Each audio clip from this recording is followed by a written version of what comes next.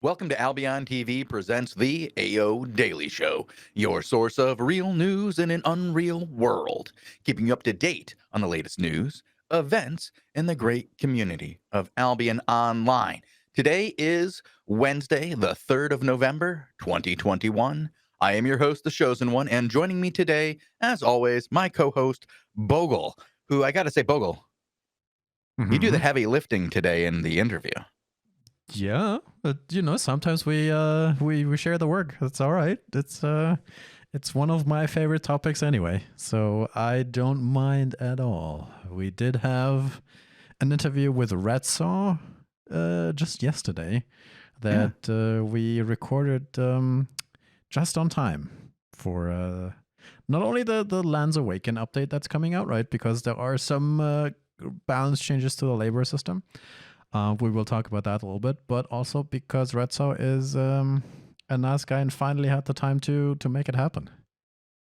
Yeah, you guys really have a lot in common there in your interest, and I just kind of let you guys go. It was a lot of conversation about laborers, and there's a lot of updates over there for laborers, and it was quite interesting. I mean, when I listened back to the edit, Bogle, it was like I wasn't even there at all. I guess that's because you forgot to record yourself, Yeah. wasn't it? Well, it's not that I forgot to record myself, Bogle. It's that the hardware changed the Yeah. microphone to. Hmm. But no, it's a good thing. Redsaw and I talked for about 45 minutes or so, and I think you managed to interject yourself later in post edit, which Yeah, that's always fun. Just trying to match the tone and just guess what you said there that made them react that way. Yeah, it's really fun, especially when you guys laugh. yeah, I think it still turned Oh, out quite all right. yeah, it's okay. We get to learn a lot about Redsaw and how he became one of the most well-known players in the Albion economic circle, I would have to say. But before we start this interview, there's two short things that I want to talk about. One is there will be a gold raffle during the show, which is exclamation mark raffle in Twitch chat. Once Shozen starts that bot up, your message will get deleted, but don't worry about it. It will count. And the second one, there was an announcement for the official release date of the next patch. The next update, the Lands Awaken update, will officially release on November 24th. So that happened today, in case you hadn't heard yet. Yeah, Bogle, I heard. Well, there might be No, one person just in Twitch chat who hadn't yet. So, well, it was on Twitter. in many other places as well. Mm-hmm. Mm-hmm. Yeah, but I'm excited. Now we know when everything is happening. It gives me a better understanding. I just found out when the season is starting. Now everything is falling into place. I can make the schedule for next season. I'm excited, and we have a date now for the big update, and now we can plan some content for that week around it. I think we should do some special stuff. Maybe Mm-hmm. change it up a little bit and make some content designed around what is a fairly large update. Yeah, we will look more into the update that is on the test server right now. If you guys want to check out that update already, you can try it out. Just look into the forums. There's a little description how you can download the test server, and there is some gold rewards or gold raffles for just joining the test server and trying things out as well. One of the changes with that update is a little bit of a change to laborer rewards and how that works. And I know there's a lot of uproar in the community, but Redsaw also has some things to say about that. So I'm looking forward for that statement, Shozen. But that's all I have for my notes. All right. Yeah. Other than, yeah, you'll notice that I'm just not there for large sections of this interview. Uh, yeah. I did my best to edit this to make sense. Please be patient, and I hope that you enjoy the interview. All right, let's play this.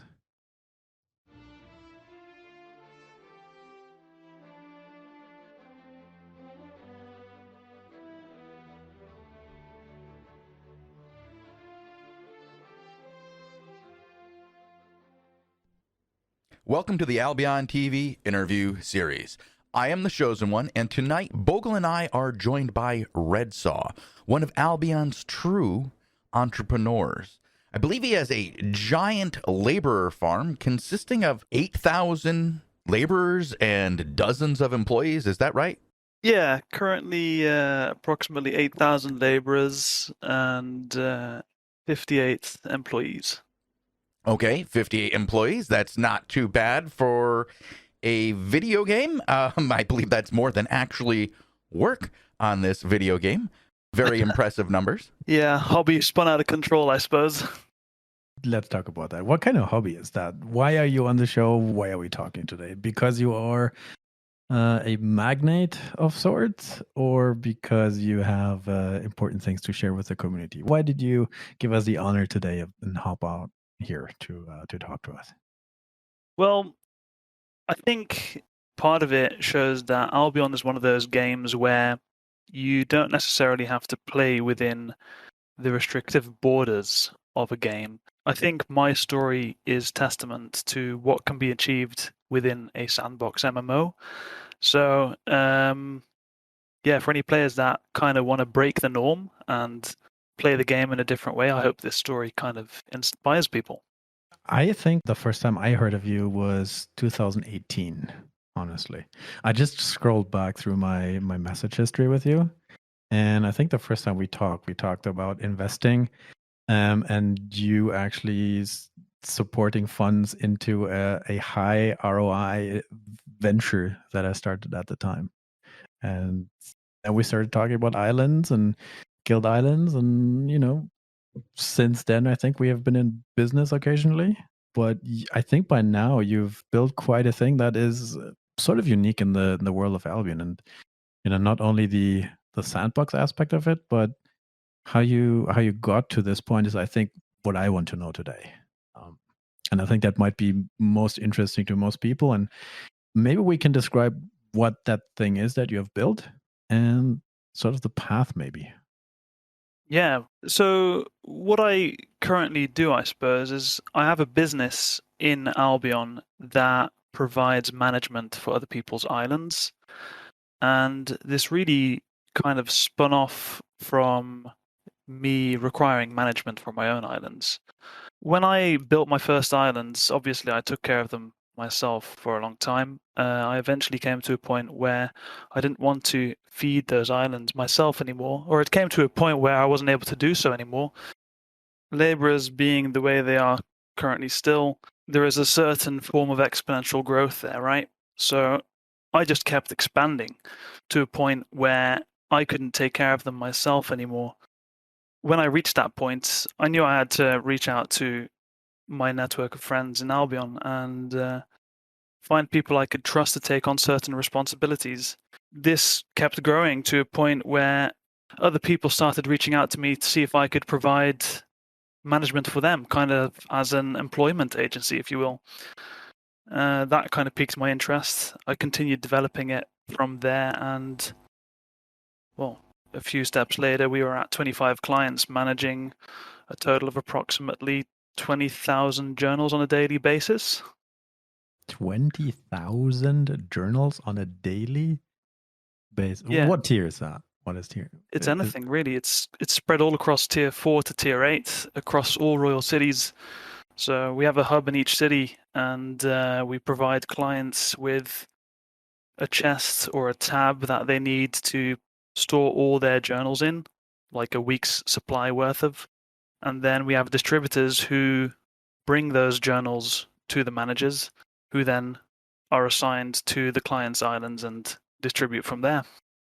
Wow. So you process what others use as a byproduct from crafting. Are you buying all these journals on the open market, or do you produce them yourselves, or how do you acquire all these journals? Because when I look at the market and you look at sort of daily volume of these, I don't know if you can just buy them up all across the world. Well, it helps to have good relationships with crafters, but I wouldn't say it's necessary all the time. For my own journals, I focus primarily on tier 5, which is crafted at a slightly higher rate. So my daily requirement is approximately 8,000 journals, which is still a lot, but if you factor in that you can buy these journals across all royal cities and basically just do a daily trip, buying out markets where it's available, it's actually quite doable. I also have some good connections with the transportation service that was actually founded by one of the guys that worked for me as an island manager in the beginning. So that kind of spun into an interesting relationship there. And they transport everything from Royals to Callian for me. That's so cool. That's like 3 different businesses already. It's processing journals as a sandbox endeavor, quote unquote, for Albion. It's transportation. It is providing service in general, and that's sort of hard to see from just looking out into the game. Really, is it? Like, when do you get to a point where you need these kind of services, or how do you get into that? Really, is it just how things develop if you play for a long time, or because I kind of want to go back a little bit to how you get there, or how you Yeah, got there. How do people find you, or why would people just deal with your service? Basically, is I guess the people that would look for me would be people that have a lot of their own islands, but not the time to feed them all.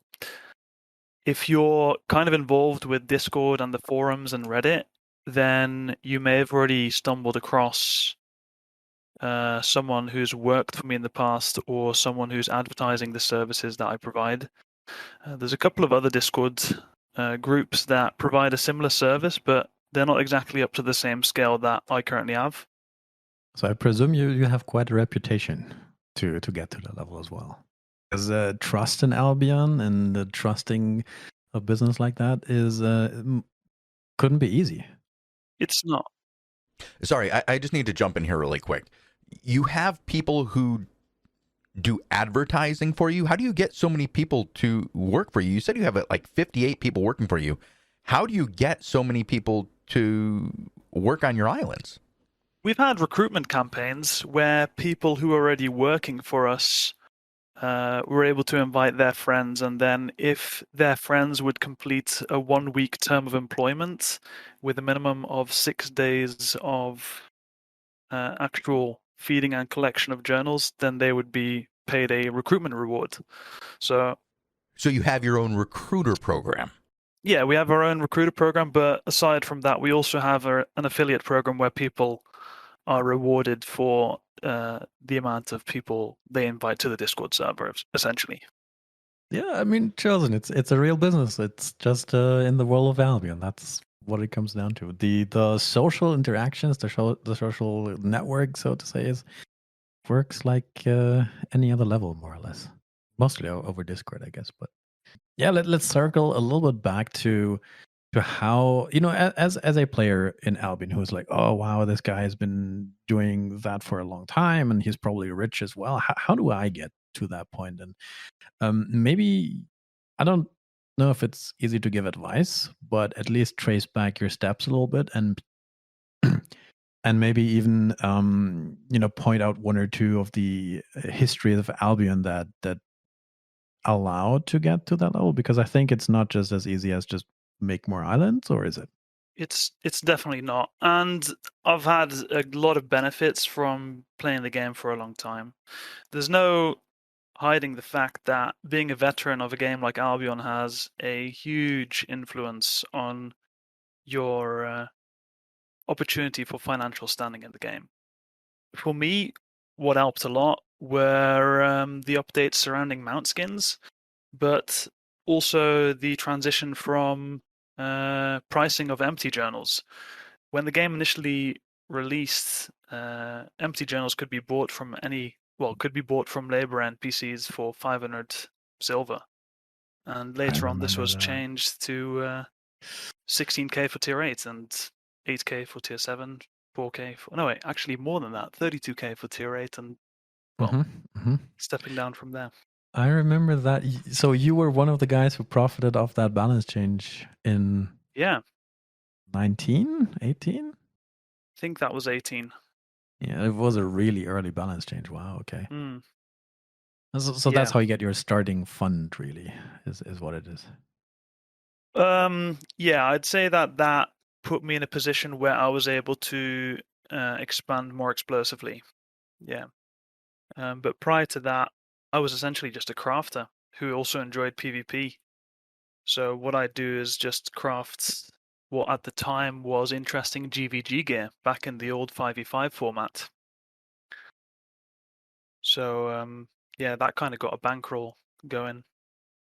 Okay, and then you just took that money and made an island, and you're like, okay, that benefits my crafting process anyway.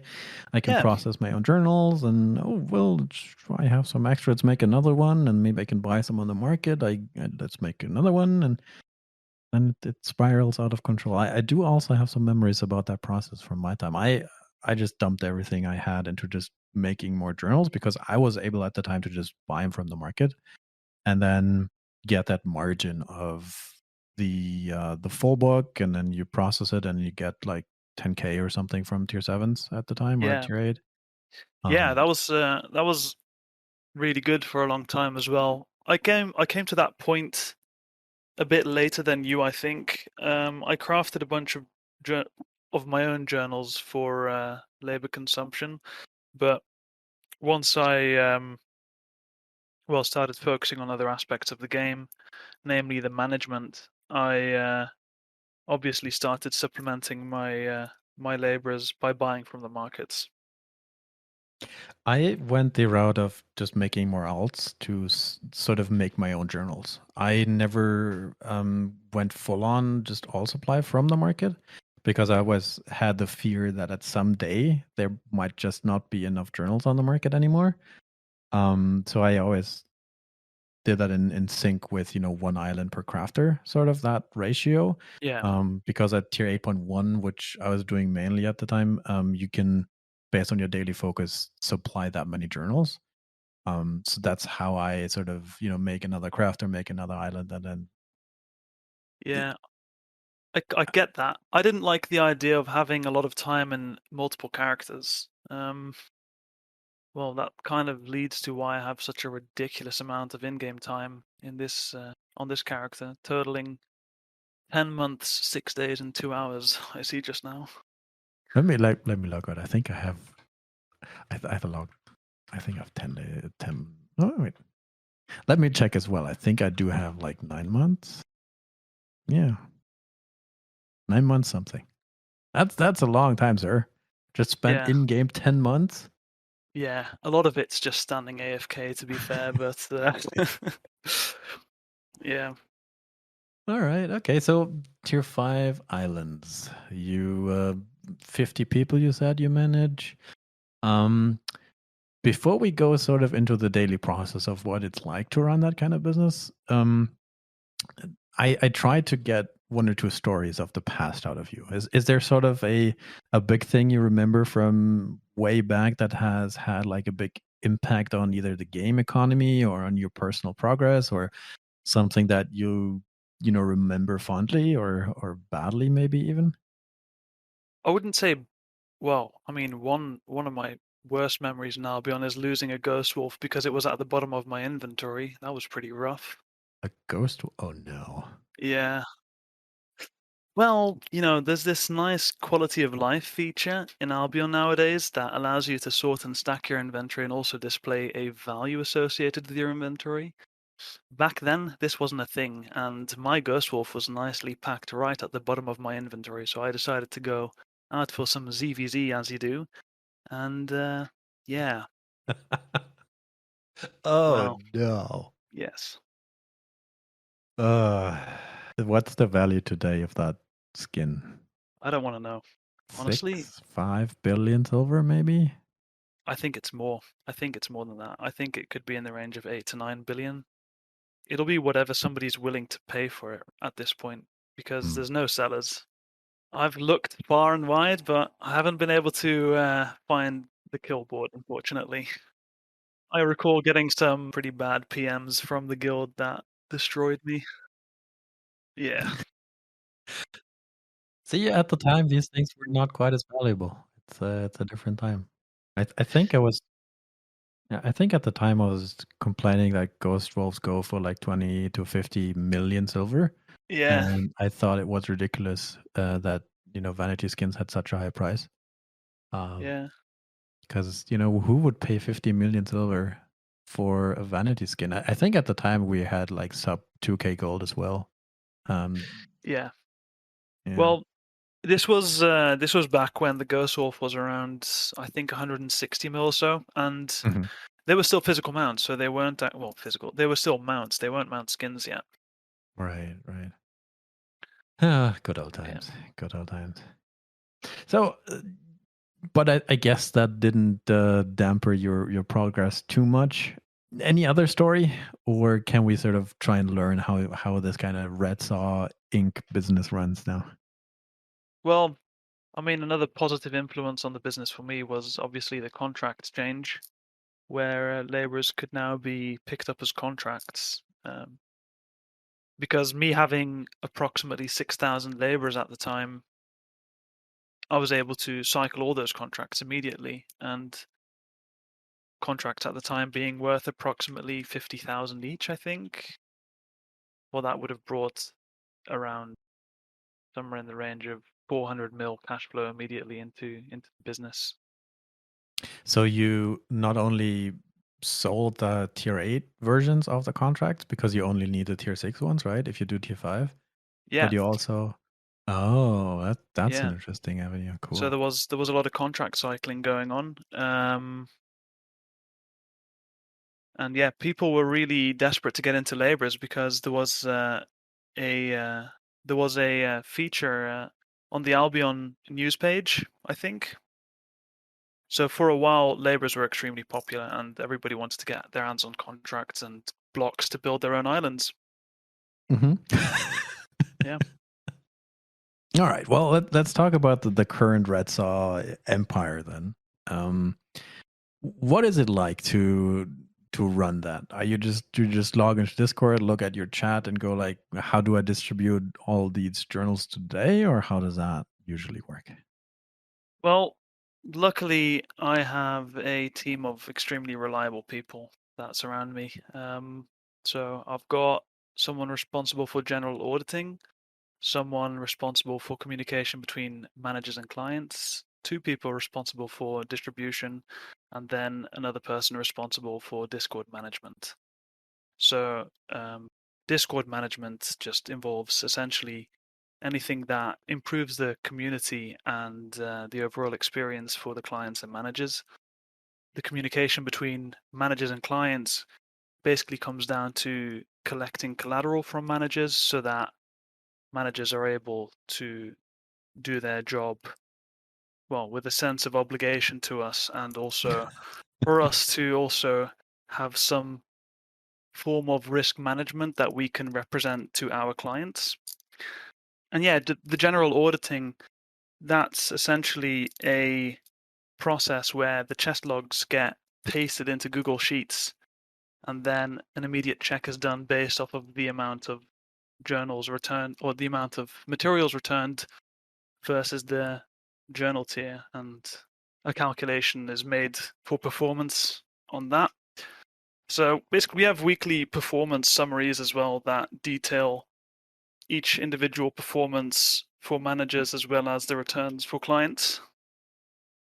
So in practice, me as a guy who wants to work with you for you, I contact you and pay some sort of collateral, right? And then you assign me an island or multiple islands, and then I receive a bunch of journals, and then I log into that island and fill up the laborers, and then bring you the returns, and then you pay me for my time. That's how it works, and then you do all the hard part of acquiring the journals and distributing them and paying out money and stuff in the background as you're sort of part of the share. Is that a Um, fair way to say it, or? Sort of. It's nowadays it goes a little bit more complicated than that.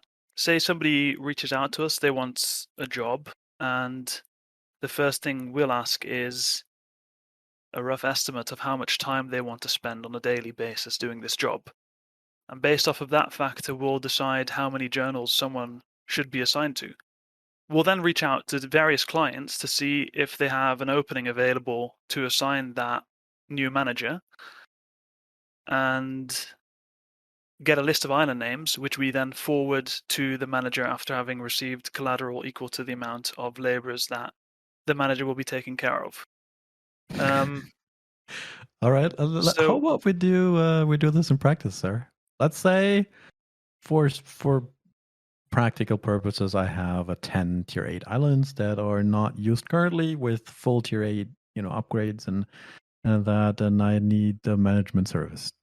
yeah, Do you also provide the journals for me, or do I have to give you that, or how does that process so work? what we do is we distribute your journals to your own laborers and then return the resources in a central location for yourself. So you would essentially be able to procure a week's worth of journals, put them in the chest, come back a week later, and you'll have returned a week's worth of materials. That seems easy. Okay, cool. And then I assume I need to give some characters access to my islands, though. Yeah, so that's one responsibility we can't take off your hands. So what we still need you to do is give access to characters to the islands that you need managing. Oh, that seems pretty straightforward. What if I just have islands? I don't have the journals. Can you help me with that too? Well, journal procurement is probably one of the harder things. So what we do is essentially just provide exclusive management services. We aren't able to provide journals for each island. I mean, procuring 8,000 journals for my own islands is quite a challenge in itself. If we had to provide journals for our clients, we would probably need a liquidity float of approximately 3.5 billion on a weekly basis. Easy. And 3.5 billion. yeah, What? Wow. Have you ever mathed it out in terms of what your throughput is in terms of weekly overall revenue, or just how much materials you move a month or a week, or that sort of funky numbers? I think we have done calculations in the past. I don't have them readily available right now, though. Can I'd you have throw to out a dig up. random number ish? Because you said 3.5. So that is Yeah, the value of the journals you handle on a weekly basis, or let me see if I can find an export of some data from a while ago. because these big numbers are always just fun to listen to. Because if you are starting out at Albion, your whole economy is worth 10 million silver, then listening to a bunch of dudes who casually move a few billion silver around a week is always a fun thing. Yeah. Well, to give some perspective, we processed approximately 77,000 journals last week, with salaries totaling up to 120 million. What the exact throughput is for that, I don't have that listed available right now. So that would be a multiplication of approximately 12 materials. I'm estimating that would be close to the range of 1 million materials on a weekly Nice. basis. So yeah, Wow. So where do all these materials go and come from? Do you just not care because it's the client responsibility to provide and use up the materials in that way? Or do you have an idea where these might go? my first bet would obviously be that it all returns to the black market. I base my business out of Caerleon still simply for that reason. There's a lot of people that still want to craft in Caerleon so that they don't have to deal with the logistical effort of moving things from Royals to Caerleon. Another benefit is that materials overall tend to be priced slightly higher in Caerleon, so the yield, yeah, the overall profit is slightly higher. As long as you can source your journals in Royals and move them to Caerleon, you usually won't have any trouble selling the materials there. Yep, that's a good tip for aspiring marketeers for sure. Now, do you have any? Because you mentioned black market. Do you have any estimations on volume there? Because I specifically probably around tier 5 or tier 6. Because I'm always curious whether or not people do their own experiments, and you have a certain volume that is suitable for that kind of experiment. Just curious, have you ever done anything like that? Yeah, I actually have.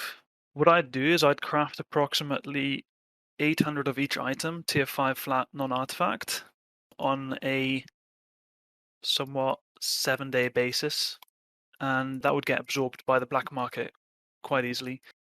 It's got to be noted that I am in a position where I'm completely comfortable letting orders sit in the market if they don't fulfill immediately. So for me, having approximately 400 mil worth of items tied up in marketplace orders over a span of 30 days is acceptable.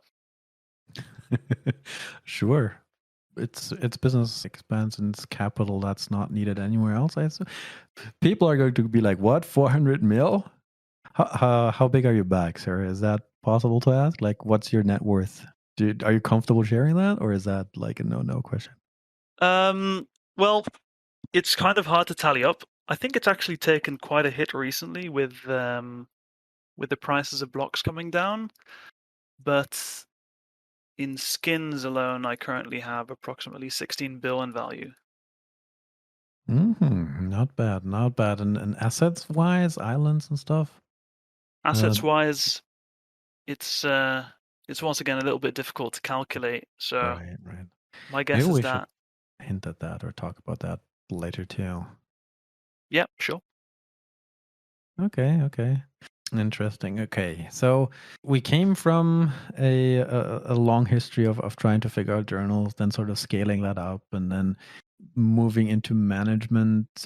In that sort of arc, is there any other step that we sort of skipped over or missed that you might want to reiterate anything else on or point out? Because otherwise, I'll just ask you more personal questions that might revolve around wealth or any insider stories or stuff like that. What I think really helped me out was my relationship to the crafter Nursey. I'm not sure if you know who I mean. I never know how to pronounce the guy in Nor do full. I, to be fair. I mean, Something along everybody the lines of knows Nursey, yeah, but it's the. I mean, actually, look in game right now. It's number 6 all time fame.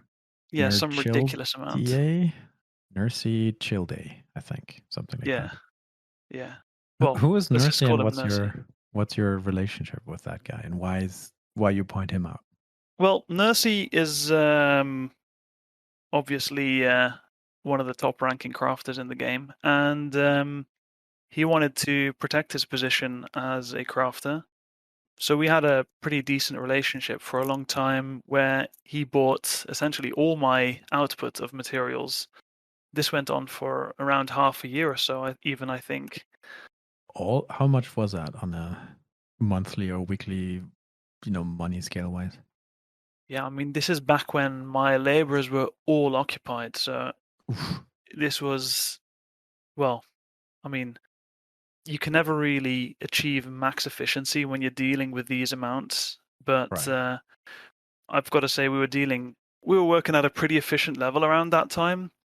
So I think he was buying out from me approximately 400 stacks of materials on a weekly basis. And that was a variation between tier 5 and tier 6 as well. I remember tier 6 journals were priced a lot lower back then, and the margins were significantly higher as well. I think around that time, I must have been earning approximately 300 to 350 million on a weekly basis just from that Nice. contract with Nursey alone. Revenue or profit? That's profit. Ooh. Wait, how much revenue did Nursey go through at that time? Jesus. I'm pretty sure he was crafting at a loss just to secure his fame position, to be fair. So having Oh, okay. that relationship with him was hugely beneficial on my part. I'll take it. Wow. Yeah. Wow. Okay. Well, and then it further snowballs from there, I guess. Okay. Yeah. Once you set up relationships with people like that, you kind of get known as a supplier, and a bunch of other people reached out to me from there. That's a really big thing, right? The relationship building and establishing sort of a reputation and being a trustworthy partner that, you feel comfortable just handing 20, 30 million worth of silver or something. Is there a number that makes you uncomfortable in terms of trusting somebody with that? Or is that entirely based on? It's based on the person, really. I've got people that I entrust everything to, but I've never been scammed by anyone that I've put trust into first. That's got to be like one thing that would surprise people, I suppose. If you're willing to explain yourself and make it clear that you're looking for a mutually incentive relationship when it comes to doing business with someone in a game, taking the first step usually gets rewards on the long term. So yeah, kind of putting aside that paranoia, using a good judgment for someone's character, that can really get you far in Albion. I've always just used collateral, sir. Yeah, that's one way of doing things. I just always tell people, hey, do you want to work? All right, give me money. And then, you get it back when we stop the relationship or whatever. But over time, you build that sort of trust, right? And you build that sort of relationship. And then that doesn't have to be secured. But I think that's one of the hardest problems in Albion is figuring out a way to build trust. It's definitely difficult. But when you're dealing with selling bulk amounts of materials, collateral becomes extremely inconvenient because you have to, well, if you want to avoid collateral and not use chests as a means of transfer, you have to trade someone approximately 50 times just to get 400 stacks across. Mm-hmm. I So like big volumes like that. I usually just do a chest and then somebody got to go first. And you either put the mats in the chest or in the guild box, and somebody else does put the money into like a tier 1 building or something. yeah, And then you just transact that way. yeah, but then you both have to be online. How I do business is usually I let someone have access to a chest and I put the materials in there for them, and then we settle at the end of the week. So they kind of get to craft on credit, and then I get returned a whole bunch of full journals. Mm-hmm. Okay. I mean, there's different arrangements there, but yeah, it's that figuring out of transaction ways and means to transact with not being able to be online at the same time or not being able to put that many stacks into one trading window is a weird challenge that it's, I guess, a first world problem. I don't know. Yeah, I suppose it is. Oh, yeah, but let's talk a little bit about the future, because I'm curious how you see this progressing. Are you just going to do journals in the future, or is there any different thing in store for you? Or maybe even you could comment on the Lands Awaken patch notes that came out just a while ago with a journal change that has many up in arms. And you mentioned the block prices as well. So Well, obviously, a lot of people are panic selling right now. They're all demolishing their islands and looking for an exit. I personally, I'm quite comfortable with the position I'm in. I think that this patch does bring some unfortunate news for people who have a lot of islands, but at the same time, there is some obvious opportunity here for people that have a keen eye for it. So yeah, what? if Be more specific. well, if you've already played on the test server, Mm-hmm. there are currently still. It seems like full journals are going to remain full journals after the patch. So there might be opportunity to buy a bunch of full journals now and have them increase in price later on. I see. Simply through the Okay. fact that Mm-hmm. it's going to require more fame to fill them, obviously. Right. If we speculate on the amount of materials being pumped into the current market through laborers as they currently stand, we could also speculate that the prices of tier 5 materials is going to go up. So yeah, there's investment opportunity all over the place, I think. Don't come crying to me if you lose money with this, after all. Not financial advice, just for entertainment purposes only. This is still speculative, obviously. Yes. I You think mentioned the influx of materials into the economy. Do you have an estimate of whether or not the current pricing is influenced by the journal's output? Because from my view, who over the course of my quote unquote business career has mostly dealt in tinkerer journals who have a high skew towards planks, for example, to me, it always felt like that the plank prices are lower because so many people are using Tinkerer journals, and then there's an oversupply of planks coming into the economy that way. But I Yeah. could never quite prove that or have any big numbers. It's just the material I was dealing with, and then you sort of get biased towards that viewpoint. Maybe. Do you have something like that too, or is it neutral? Well, what's interesting is that journals actually have the capability of transmuting into different resources. So if you consider that you're able to fill Fletcher journals by using only planks and bars to craft a certain item, you're able to then produce leather and cloth. Mm-hmm. I think that the price of planks is absolutely lower because of the distribution of material types across each journal, but planks reoccurs in every journal type.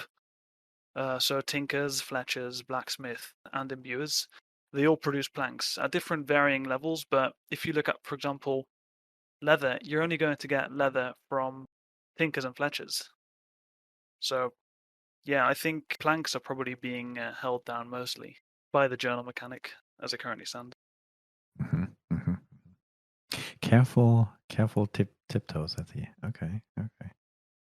I don't know. It's still cool to think about these sort of you might call it imbalances, but in theory, if you just look at the market price, there's always a reason for some of the price points and where they come from, and it's one of my favorite theories out there.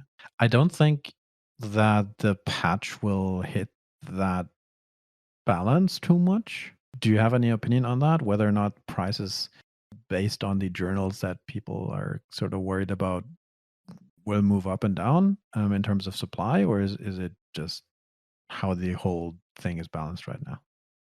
Well, it really depends on the offset from gathering. I think they're introducing some gathering changes as well.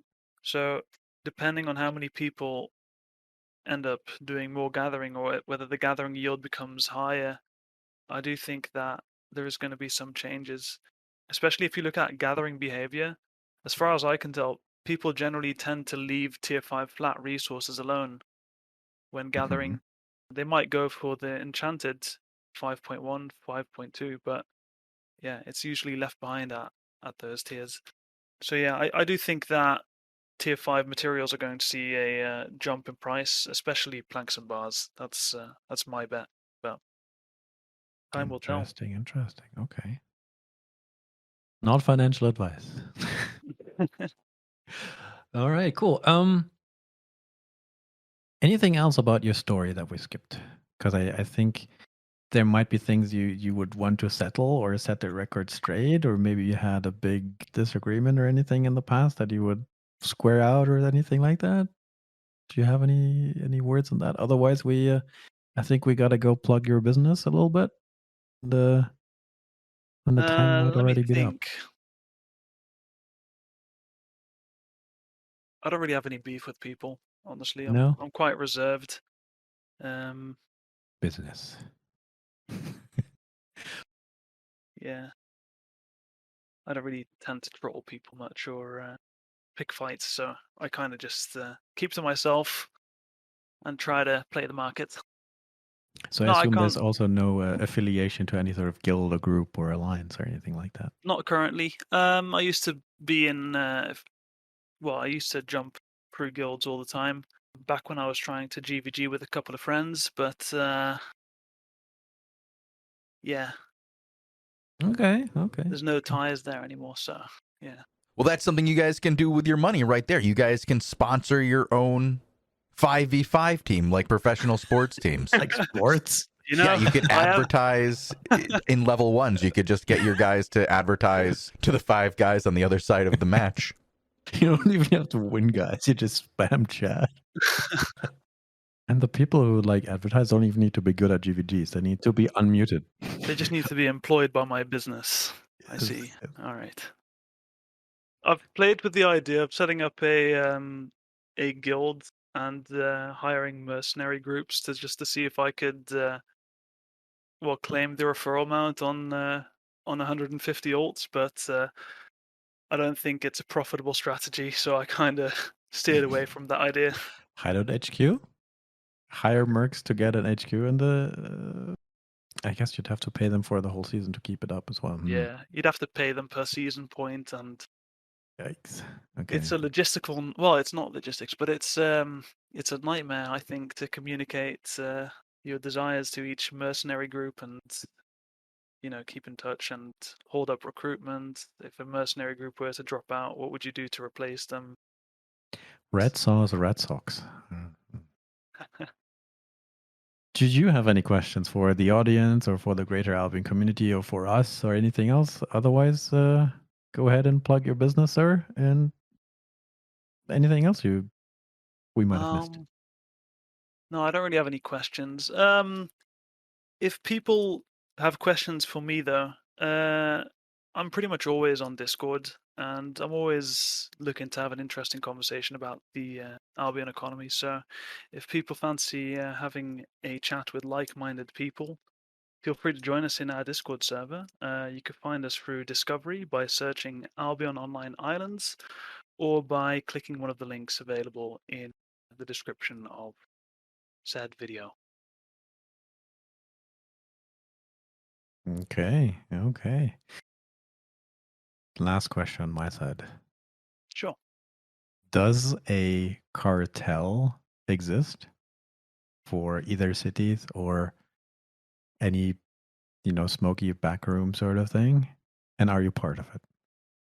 Does a cartel exist for cities? Could you elaborate slightly? Ownership of he's going full blocking. It's like what are you even talking? Like city ownership, right? What is that? Cartel? Do you know the Limehurst City Cartel or the dudes who own all the plots in the cities and just shuffle money around to each other, and it's all a scam and that whole thing?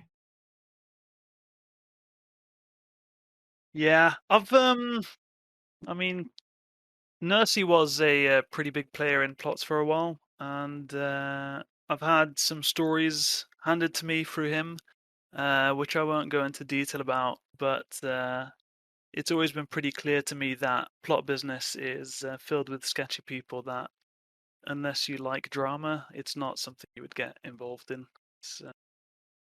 It's not something I personally dabble in, but hey, if you're interested in that, fair play.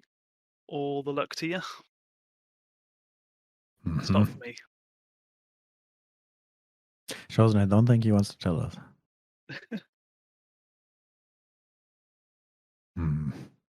Oh well. I know where I will definitely drop a message in that Discord and maybe hire some personnel for my island's empire. It's been a little quiet recently. I took sort of a break, but I've been with the new update coming out and everything. I'm thinking of reactivating that, and I do have the option to supply some of the journals myself. So there we go. Well, there's this with all these business people chosen. Like you try and go like, yeah, how much do you make and what's your hourly and what's your revenue, and you always get these funky answers that take like 5 hours because there are so many things you don't want to talk about. But I think you did quite a good job, Redsaw, to be honest. So thank you for your time, sir. And if you ever become a trillionaire, I think we should talk again. Sure thing. I'll let you know. Thanks for having me on. Thank you for being on. You and Bogul did a great job here tonight, and I really appreciate you being on with us. I look forward to having you on in the future. Good night.